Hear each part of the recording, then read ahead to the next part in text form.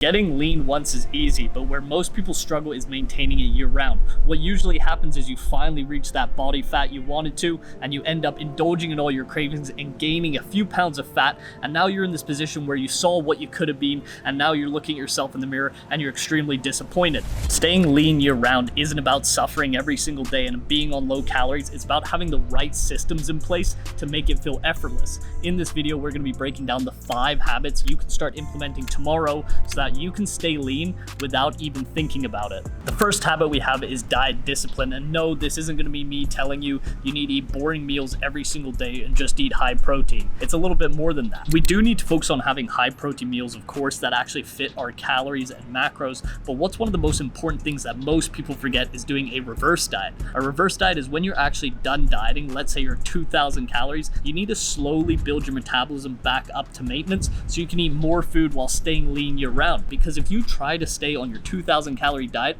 of course you're going to give into cravings and end up feeling sluggish and tired every single day with low energy, low libido, and you're going to lose strength in the gym. So number one thing we need to focus on is doing a proper reverse diet. And I have a video I'm going to link right here so you can go a full in-depth guide on how to do a real reverse diet. You also need to start focusing on choosing the right foods when you go out to eat. And there's a number of different ways you can do this if you're going out to a restaurant, social event, or you're going on a date.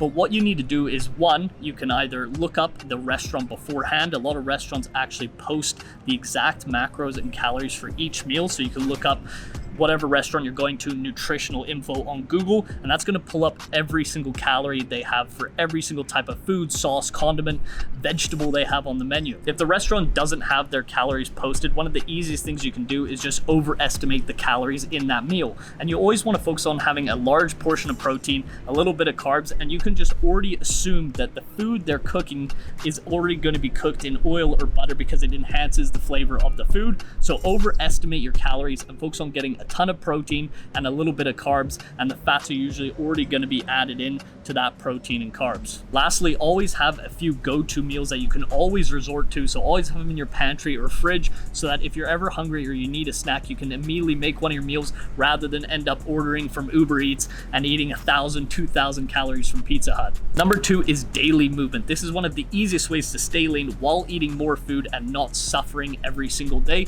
And what we want to be focusing on here is NEAT. If you don't know what NEAT is non-exercise activity thermogenesis. Say that 10 times. But this basically means things like walking. So if you walk a lot in a day, let's say over 10,000 steps, you're going to be burning upwards of 500 calories every single day. It's one of the easiest ways to keep body fat off while you don't even have to track your calories if you're already pretty skilled and know what you're consuming, and you can live a balanced life while staying below 10% body fat. What you can also do is start taking up activities other than just walking on the treadmill for your actual cardio.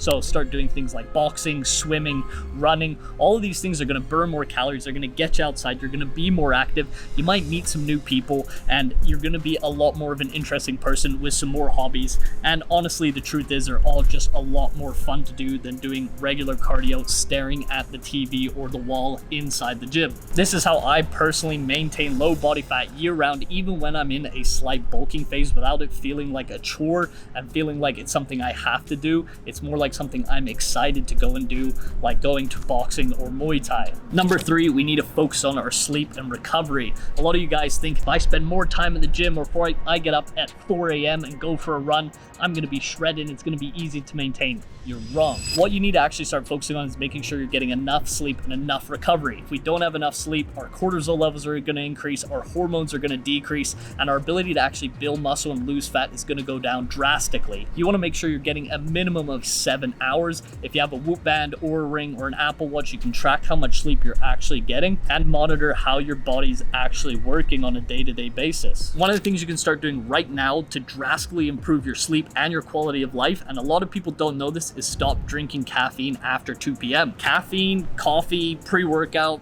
energy drinks, whatever it is, it stays in your system to 4 to 6 hours. So if you're having 100 milligrams, 200 milligrams of caffeine right after work at 5, 6 p.m., no wonder you're lying awake in bed, wide awake, eyes open, listening to the racing thoughts inside your head. Only use like a pump pre-workout or just stop having any type of caffeine at all before midday and you're gonna sleep 10 times better. Number 4 is of course strength training. We need to be going to the gym and focusing on building muscle, and there's a few reasons for that. But one thing I need to point out is you don't need to be going to the gym 6-7 times a week. You don't even really need to be going 5 times a week if you want to be building muscle. You can go to the gym 3 times a week with a well-structured routine that just focuses on getting stronger with progressive overload on your compounds and isolation lifts. You don't need to do all these crazy wacky exercises you see on the internet. You just need to stick to the basics and get progressively stronger over time. So to conclude this habit, go to the gym at least 3 times a week.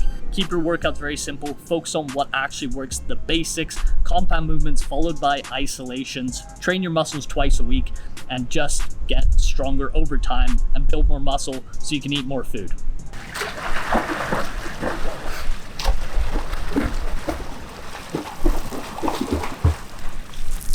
Someone's swimming in a pool. Who would have thought? A public pool? Who does that? All right, last but not least, habit number 5 is keeping your workout short and sweet, just like this point. We do not need to be spending more than an hour in the gym. You need to go in there with a structured plan that focuses on actually progressing the reps and the weight. You don't need to do more volume and chase the pump. You just need to focus on getting progressively stronger over time, and that is the single most important thing if we want to build muscle. Being in the gym longer does not mean your workout is more effective. What you need to focus on is being more intense. It's better to be in there for less time with more intensity and more precise actions rather than just spending all day in there 2-3 hours and not actually making any progress at all. You decide who you are going to become, and if you guys want accountability and a structured plan, click the link down below. You can book a free call with me and we can talk about your goals and how we can get you there.